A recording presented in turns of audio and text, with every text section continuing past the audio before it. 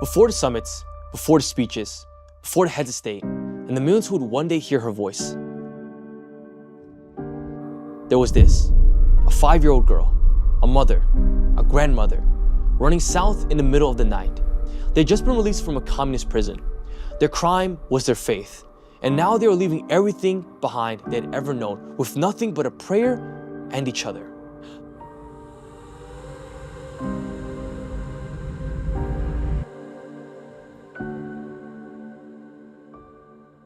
Hak Ja Han was born on February 10th, 1943, in the village of Shinli in the Anju district of what is now North Korea.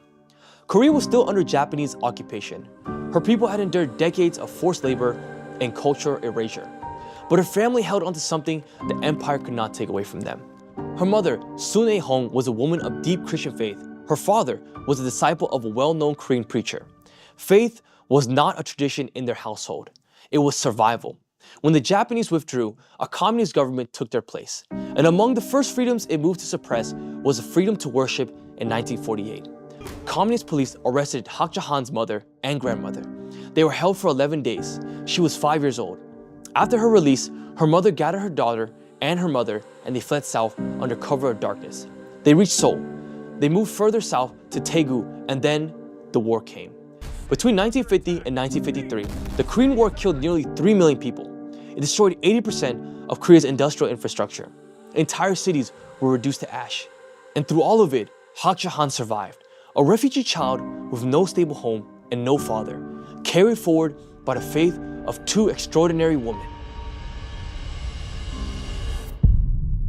On April 11, 1960, at 17 years old, Hak Ja Han married Reverend Sun Myung Moon, the founder of the Unification Movement. It was not a life of comfort. At 17, she stepped into a role that would ask everything of her: wife, mother, public figure, and eventually leader of a global movement. She raised 14 children while traveling the world, while speaking before audiences of thousands, while building organizations that would one day span the globe. That kind of endurance doesn't come from ambition. It comes from something deeper.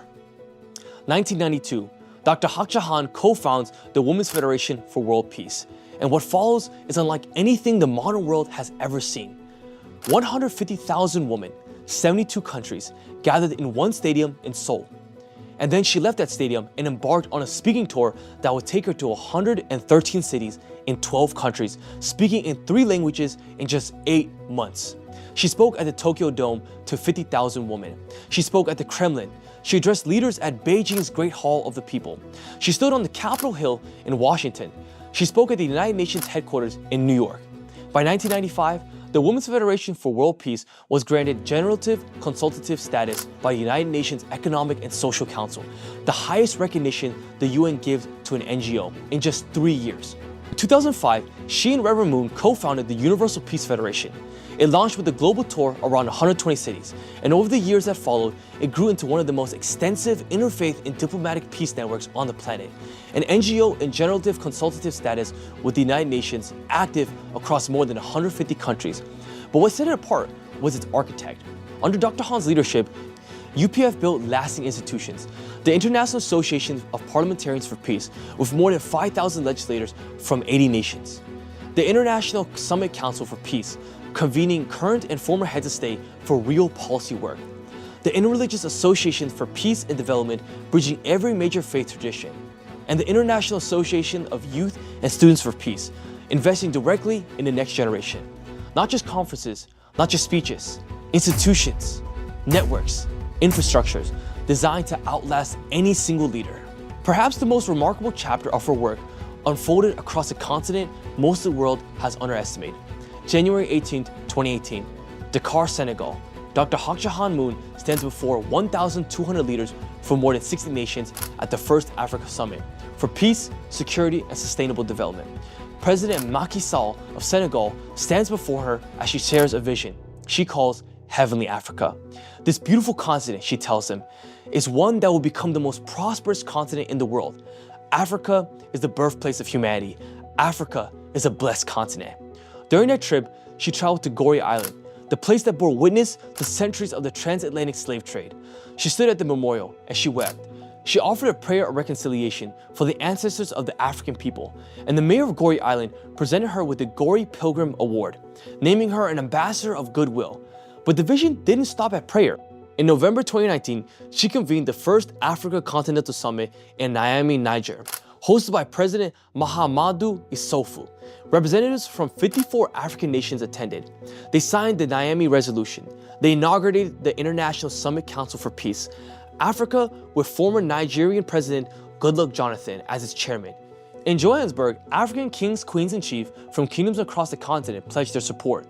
Former President of Mali, Daikunda Traoré, introduced Dr. Han to the gathering and told the audience that since her husband's passing, she has led this movement with brilliance, wisdom, and commitment. A woman who began her life as a refugee child in North Korea was now standing in the heart of Africa, surrounded by presidents and kings who called her mother. China has identified the cause of a mysterious new virus. Coronavirus. Coronavirus. There are fears a rapidly spreading virus has reached Australia. This is a rapidly emerging situation where there is not a cause for alarm. 2020, the world shut down, organizations froze, events were canceled. People waited for the storm to pass. Dr. Hak Ja Han Moon chose a different path. On August 8, 2020, she launched the first Rally of Hope, a global virtual summit broadcast live from South Korea. Over the next 13 months, she hosted 6 rallies of hope. Each one drew more than 10 million participants. Prime Minister spoke, former president spoke, secretaries of state, vaccine developers, and United Nations leaders all joined the broadcast. The 5th Rally of Hope alone reached 320 million viewers across more than 400 platforms in 150 countries. While the world searched for hope, she was building a platform to deliver it. In 2013, Dr. Han proposed something visionary, a global peace prize, focused not only on solving today's crisis, but on building peace for generations yet to come. She called it the Sun Hawk Peace Prize.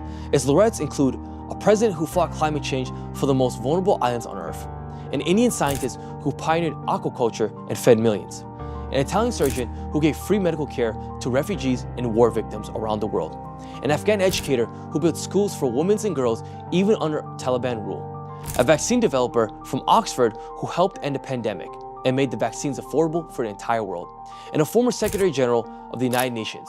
Each ceremony awards a $1 million prize. Each laureate represents real, measurable change and real human lives. The prize exists because one woman believed that peace should be built for the future, not just remembered from the past. And then, in the spring of 2023, Dr. Han completed something she had been building for over a decade, the Cheonwon-gun, a temple complex in Gapyeong, South Korea, designed not for one congregation or one denomination, but as a place where people from every nation and every background could come together and encounter something greater than themselves. She built it as an offering to God. At the dedication, she prayed these words: "You have endured so much and waited so long to see this day." That prayer was not about her. It was directed to the heart of God. Whether you share her faith or are simply watching from a distance, that act of pouring a lifetime of work into something you believe belongs to the Creator. At 80-years old, after surviving war, persecution, and sacrifice most of us cannot imagine, that is a life lived entirely for something beyond itself. A 5-year-old refugee carried through the night by her mother's faith. A 70-year-old bride who accepted a calling most would have turned away from. A mother of 14 who built a peace movement across more than 150 countries. A woman who spoke in 113 cities in 8 months, who addressed the United Nations, the US Capitol, the Kremlin, and the Great Hall of the People. A leader who convened summits with heads of state across Africa and around the world, who created a peace prize honoring vaccine developers, climate defenders, refugee surgeons, and presidents. A woman in the middle of a global pandemic reached 320 million people with a message of hope. And a woman at 80 years old offered a temple to God on behalf of all humankind. Her name is Dr. Hak Ja Han Moon.